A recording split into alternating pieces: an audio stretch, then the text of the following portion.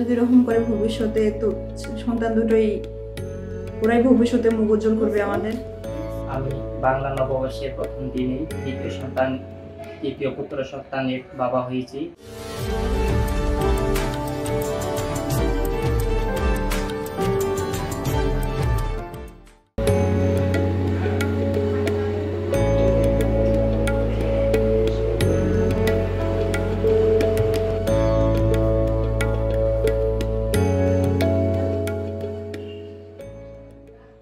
আলহামদুলিল্লাহ, আজকের দিন প্রথম পয়লা বৈশাখের দিন আমাদের এখানে একটি সিজার হয়েছে। 1টা 28 মিনিটে নবজাতক শিশু বাচ্চা ছেলে ভালো আছে, নবজাতক মাও ভালো আছে। এটা আমার শাশুড়ি মায়ের শাড়ি ছিল, উনি আগে ব্যবহার করছিল। পরে তখন আমি রাখে দিছিলাম যে আমার বাবু হবে, আমার তো লাগবেই। তখন এই শাড়ির কাপড়টা আমি রাখে দিচ্ছি, ওইটাই ব্যবহার করতেছি এখন। না, নতুন কাপড় কোনো গিফট করা হয়নি, শাড়ি ছেঁড়া কাপড় পরাইছি। আল্লাহ যদি রহম করে ভবিষ্যতে, তো সন্তান দুটোই ওরাই ভবিষ্যতে মুখ উজ্জ্বল করবে আমাদের। আমার যা হবে আজকে বিশেষ এই দিনে।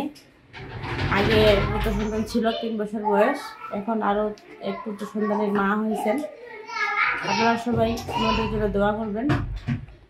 আজকের এই দিনে হয়তো সবাই পয়লা বৈশাখের উৎসবে আছে, কিন্তু আমরা এই মুহূর্তে ক্লিনিকে আছি, ওনার জন্য প্রার্থনা করতেছি উনি যেন সুস্থ থাকেন।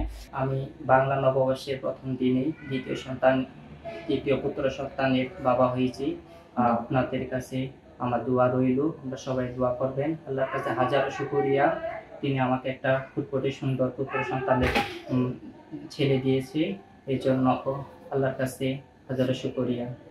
আপনাদের কাছে আমার দোয়া রইল, এই বিশেষ দিনে আমার পুত্র সন্তানের জন্য সবাই দোয়া করবেন। আমি যেন আমার 2টা সন্তানকে ভালো সুশিক্ষায় শিক্ষিত করে সমাজের কাছে মুখ উজ্জ্বল করে তাদের একটা ভালো